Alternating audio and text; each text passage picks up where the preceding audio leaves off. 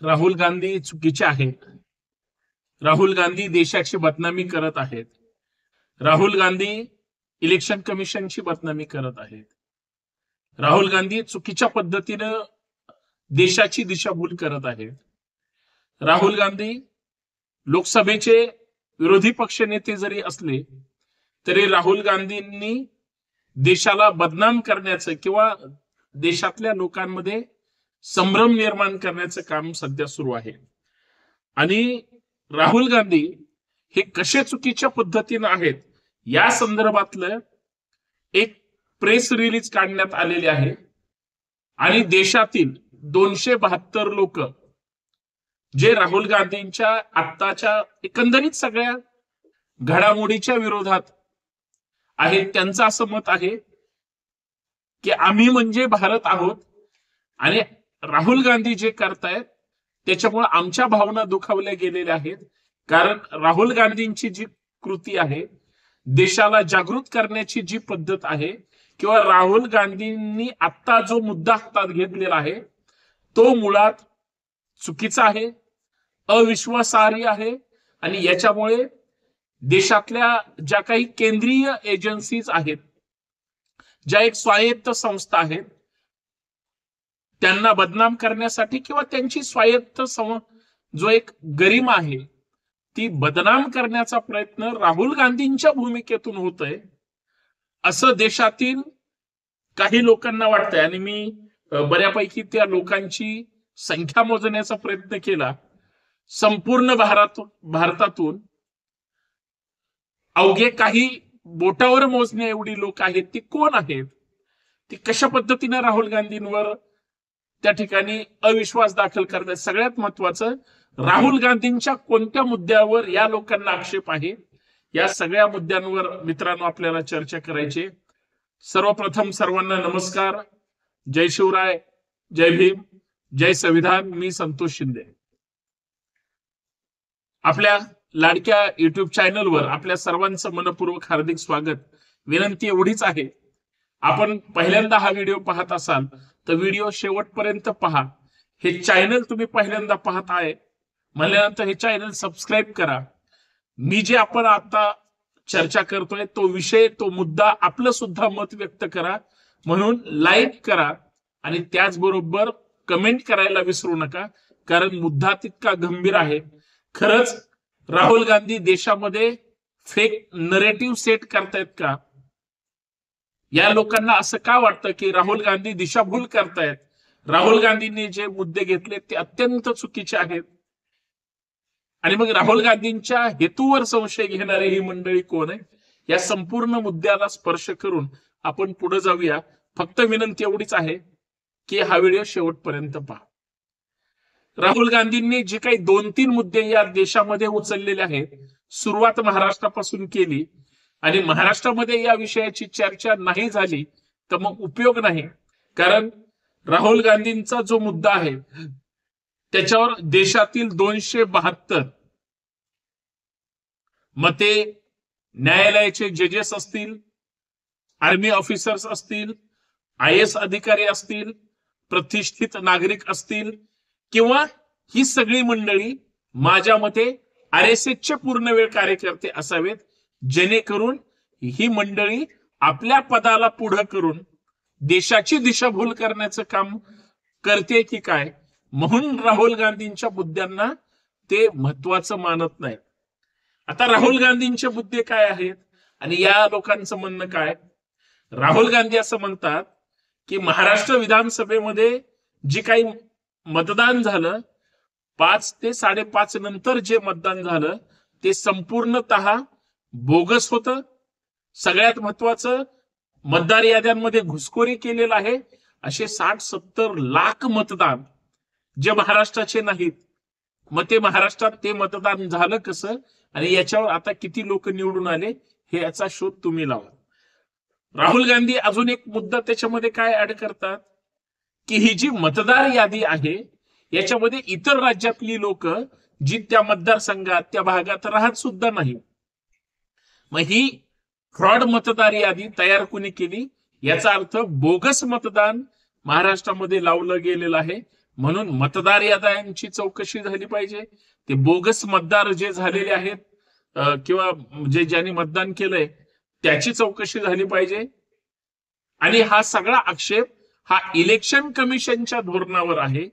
Election commission हे निपक्षपातीपणे काम करणार असलं पाहिजे, परंतु ते सत्ताधारी पक्षाच्या हाताचं भावलं झालंय, म्हणजे ते पक्षपातीपणा करतायत असं राहुल गांधींचं स्पष्ट मत आहे. आणि या 2-3 मुद्द्यावर इलेक्शन कमिशनकडे कुठलाही म्हणजे शब्द तर नाहीच आहे, उत्तर सुद्धा नाहीये, किंवा इलेक्शन कमिशन फार असं तोंड देखल्या भूमिका मांडतं, परंतु त्याच्यात दम नाहीये. खर तर राहुल गांधी आणि सगळ्यांचा हा सुद्धा मुद्दा आहे की ईव्हीएम मशीन मुळे या देशाची लोकशाही धोक्यात आलेली आहे. आम्हाला ईव्हीएम मशीन नकोय. ईव्हीएम मशीन मध्ये घोटाळा होता, आम्ही केलेलं मतदान आम्हाला कळत नव्हतं म्हणून तुम्ही व्हीव्हीपॅट आणली. मग महाराष्ट्रातल्या स्थानिक स्वराज्य संस्थेला व्हीव्हीपॅटवर बंदी का घालण्यात येते, का घालण्यात आली, याचं पण उत्तर इलेक्शन कमिशनकडे नाही. याचा अर्थ इलेक्शन कमिशन हे बायस निर्णय घेत आहे, सत्ताधाऱ्यांच्या हिताचा निर्णय घेत आहे, किंवा सत्ताधाऱ्यांना कसं सत्तेत राहता येईल, सत्ता मिळवता येईल, कशी त्यांची संख्या जास्त वाढेल यासाठी प्रयत्न करते असं राहुल गांधींचं म्हणणं आहे. तर दुसऱ्या बाजूला ही जी 272 लोक आहेत यांनी या देशामध्ये एक उठाव घेतलाय की राहुल गांधींचा मतचोरीचा जो मुद्दा आहे तो चुकीचा आहे. इलेक्शन कमिशनला बदनाम करण्यासाठी इलेक्शन कमिशनची जी गरिमा आहे या देशामध्ये ती या निमित्तानं बाधित होते असं या 272 लोकांचं म्हणणं आहे. म्हणजे मतचोरी किंवा बोगस मतदार यादीमधली नोंदणी असा प्रकारच या 272 लोकांना मान्य नाही. म्हणून ही लोक देशाच्या उद्या राष्ट्रपतीकडे जाऊ शकतात किंवा प्रधानमंत्र्यांकडे जाऊ शकतात, इलेक्शन कमिशन किंवा सर्वोच्च न्यायालयामध्ये सुद्धा जाऊ शकतात. या लोकांनी आत्ताशी कुठं हे सगळे एकत्र आले. आता याच्यामध्ये या लोकांचं अजून काय म्हणणं आहे की ईव्हीएम मशीन असेल किंवा कुठलीही जी इलेक्शन कमिशन अंतर्गत जी काही यंत्रणा येते ती 100% तांत्रिकदृष्ट्या सक्षम आहे, निपक्षपाती आहे वगैरे वगैरे. आणि राहुल गांधींची जी भाषा आहे ही इलेक्शन कमिशन वर संशय घेणारी आहे, त्यांना बदनाम करणारी आहे, किंवा इलेक्शन कमिशनच्या एकंदरीत कार्यकर्तृत्वावर शंका घेणारी आहे. अर्थात इलेक्शन कमिशन केंद्र सरकारला किंवा त्या राज्यात भाजप शासित राज्यामध्ये त्यांच्या आयडिओलॉजीच्या लोकांना ते मदत करत आहे. हे जे राहुल गांधींचं म्हणणं आहे ह्या 272 लोकांना मान्य नाही. आता माझं मत आहे ही 272 लोक म्हणजे देश आहे का? ही 272 लोक फार अतिशहाणी आहेत का? तर आता ती देशासमोर आलीत म्हणल्यानंतर ती अतिशहाणी आहेतच.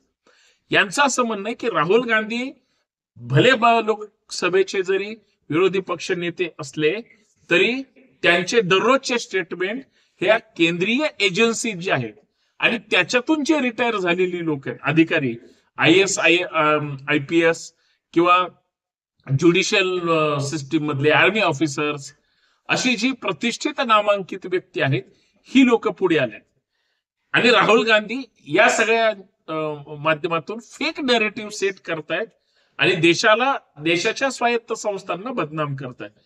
या 272 लोकांना असं वाटत असताना राहुल गांधींनी परत पत्रकार परिषद घेऊन आज सकाळीच काय सांगितलं होतं की या देशातल्या सगळ्या काँग्रेसच्या लोकांना आदेश दिलाय की तुम्ही आक्रमक पद्धतीने त्या राज्यामध्ये जे काही चुकीचं चाललंय त्याच्यावर आवाज उठवा आणि तुम्हाला जर इच्छा नसेल सरकार विरोधात लढण्याची, संघर्ष करण्याची, पद सोडून बाजूला व्हा. आता थांबायचं नाही, लढायचं. आता हे 272 लोक जे आहेत मला असं वाटतं ही सगळी RSS धार्जिनी मंडळी असावीत, भाजप धार्जिनी मंडळी असावीत. याचा अर्थ पदावर बसणारी लोक त्या याची नसतात असं जर कोणाला वाटत असेल तर हा दादांत खोटारडेपणा आहे.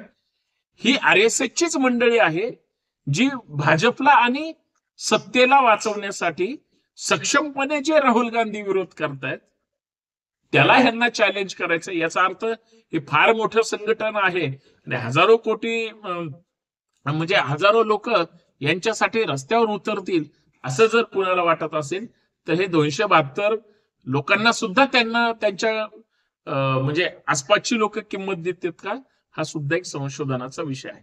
मला या सगळ्याचा शेवट या शब्दांमध्ये करावासा वाटतो, कारण याच्यावर काय बोलावं. ज्यांनी प्रशासनामध्ये राहून प्रत्येक वेळी सत्तेची लाभाची पदं मिळवली किंवा सत्ताधारी लोकांच्या संपर्कात राहून आयुष्यभर सेवा दिली, ती लोक या महाराष्ट्रात मताची चोरी होते का? 100% होते. मतदार यादीमध्ये घुसखोरी झाली का? 100% झाली. बोगस मतदान होतं का? 100%. मी स्वतः त्याचा पुरावा आहे. मी मतदानाला गेलो, माझ्या अगोदर भलताच माणूस माझं मतदान करून गेला. त्याच्यामुळे याच्यावर बोललं पाहिजे. या देशात ईव्हीएम वर लोकांचा संशय आहे का? मी मतदार आहे, माझ्यापासून देशातल्या नागरिकांचा ईव्हीएम मशीनवर आक्षेप आहे. या देशामध्ये बॅलेट पेपरवर मतदान झालं पाहिजे का? 100% सगळ्यांचं मत आहे आम्हाला ईव्हीएम मशीन नकोय, बॅलेट पेपरवर मतदान झालं पाहिजे. मग या सगळ्या मागण्या जर भारतीयांच्या असतील तर ही 272 लोक जी अतिशहाणी आहेत, ज्यांना त्या राहुल गांधींनी भूमिका घेतली ती पटत नाही. माझं मत आहे राहुल गांधी कुठल्या पक्षाचे आहेत आणि त्यांनी काय भूमिका घेतली याच्यापेक्षा या देशातले किंवा राज्यातले राजकीय पक्षांची भूमिका आहे की मतचोरी झाली नाही पाहिजे, मतदार यादीत घुसखोरी नाही झाली पाहिजे, ईव्हीएम मशीन मधून घोटाळा झाला नाही पाहिजे, चांगली लोक निवडून आले पाहिजेत, किंवा निवडणूक प्रक्रियाच ही निपक्षपातीपणे झाली पाहिजे. संवैधानिक लोकशाही या देशाची टिकली पाहिजे. ईव्हीएम मशीन असेल किंवा मतांची चोरी असेल, मतांची घुसखोरी असेल किंवा बोगस मतदार यादी असेल, हे एक नंबरचं देशद्रोही कृत्य आहे जे आमच्या देशाच्या लोकशाहीला बाधक आहे. आता हे सांगण्यासाठी राहुल गांधींच समर्थन करायला पाहिजे काही गरज नाही. हे सगळ्या भारतीयांचं पण मत आहे ना. म्हणून मला असं वाटतं की ही सगळी मंडळी संघाशी कनेक्टेड असावी, शाखेशी कनेक्टेड असावी, म्हणून ही लोक राहुल गांधींना विरोध करतात. कारण राहुल गांधींचा संघाला विरोध आहे म्हणून ही सगळी मंडळी आता त्यांना पेचात पकडण्याचा प्रयत्न करत असतील. पण या देशातलं भारतीय संविधान प्रत्येकाला मत मांडण्यासाठी स्वातंत्र्य देतं. त्यांनी देश विरोधी कृत्य केलं नाही, पण देशात जे देशविरोधी कृत्य बोगस मतदाराच्या माध्यमातून, बोगस मतदानाच्या माध्यमातून किंवा मतचोरीच्या माध्यमातून जर होत असेल तर त्याच्यावर आक्षेप असणारच आहे. पण हे ज्या काही 272 लोकांना मिरच्या झोमल्या, ह्या सत्ताधार्जीने या लोकांची अस्वस्थता आहे असं या माध्यमातून सांगायला काय हरकत नाही. परंतु हे खरं आहे खोटं आहे, काही दिवसात ही सगळी लोक आजपर्यंत कुणाशी कनेक्टेड होती सगळ्या गोष्टी बाहेर येतील.